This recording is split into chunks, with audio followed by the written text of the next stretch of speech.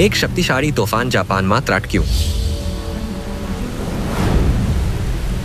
મુશળધાર વરસાદ અને પવન સાથેના સૌથી ભયાનક પૂરમાં 130 લોકો માર્યા ગયા અને 10,000થી વધારે લોકો વિસ્થાપિત થયા।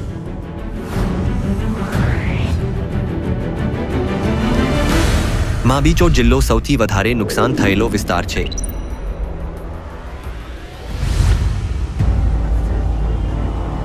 એક શાંત અને શાંતિપૂર્ણ ગામ કાદવ અને પાણીની નીચે દટાયેલું વિકરાળ દ્રશ્ય બની ગયું।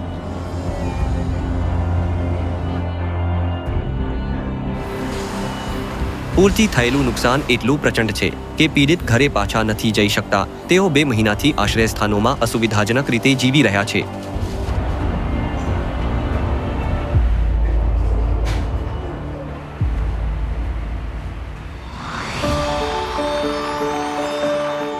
આંતરરાષ્ટ્રીય વી લવ યુ ફાઉન્ડેશનની અધ્યક્ષ જાન ગિલજાએ જાપાનમાં તોફાનથી થયેલા નુકસાન વિશે સાંભળ્યું અને 19માં નવું જીવન કોન્સર્ટ દ્વારા રાહત ફંડ તૈયાર કર્યું।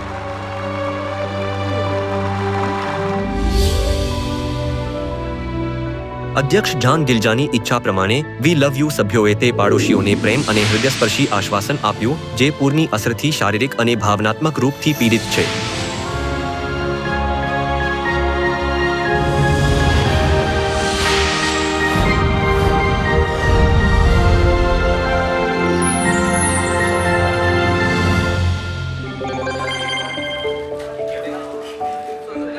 આંતરરાષ્ટ્રીય વી લવ યુ ફાઉન્ડેશન ઓસાકા શાખાના સભ્યો એકઠા થયા છે અને તેઓ ખૂબ વ્યસ્ત છે। અમને આશા છે કે એક માતાના હૃદયથી આવનારી અમારી મદદથી પીડિતો ફરી ઉઠશે। અમે તેમના માટે રાહત સામાન પેક કરી રહ્યા છીએ। માતાના હૃદયથી તેમનો પ્રેમ અને ઈમાનદારી દરરોજ જરૂરી બોક્સમાં સરસ રીતે સમાયેલ છે।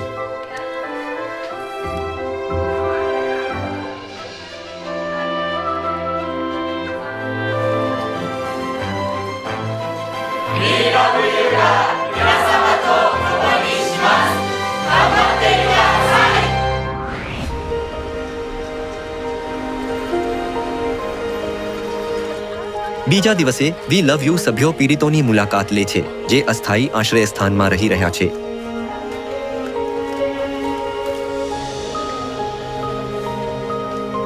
વૃદ્ધ લોકો તે સામાનને જોઈને ખૂબ ખુશ થાય છે જેને વી લવ યુ સભ્યોએ અધ્યક્ષ જાન ગિલજાની ઈચ્છા પ્રમાણે પૂરા મનથી તૈયાર કર્યો છે।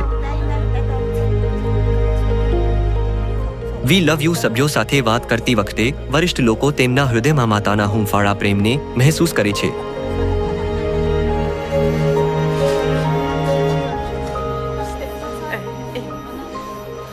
અમે અમારા હૃદયથી તમારું સમર્થન કરીશું,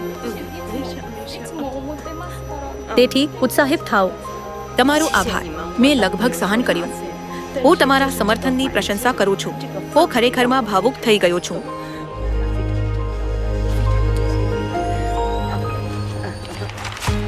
મોટાભાગના પીડિતો વરિષ્ઠ હોવાના કારણે સભ્યોએ આશ્રયસ્થાનની અંદર અને બહાર સાફ કરવાની યોજના બનાવી છે અને દરેક પોતપોતાની સ્થિતિમાં સખત મહેનત કરી રહ્યા છે।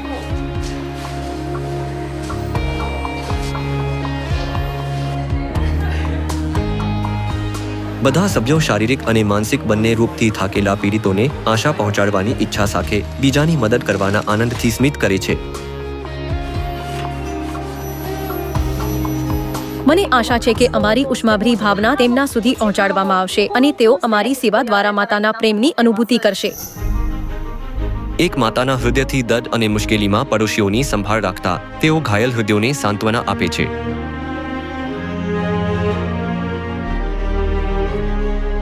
આંતરરાષ્ટ્રીય વી લવ યુ ફાઉન્ડેશન જ્યાં પણ માતાના પ્રેમની જરૂર હશે ત્યાં જશે।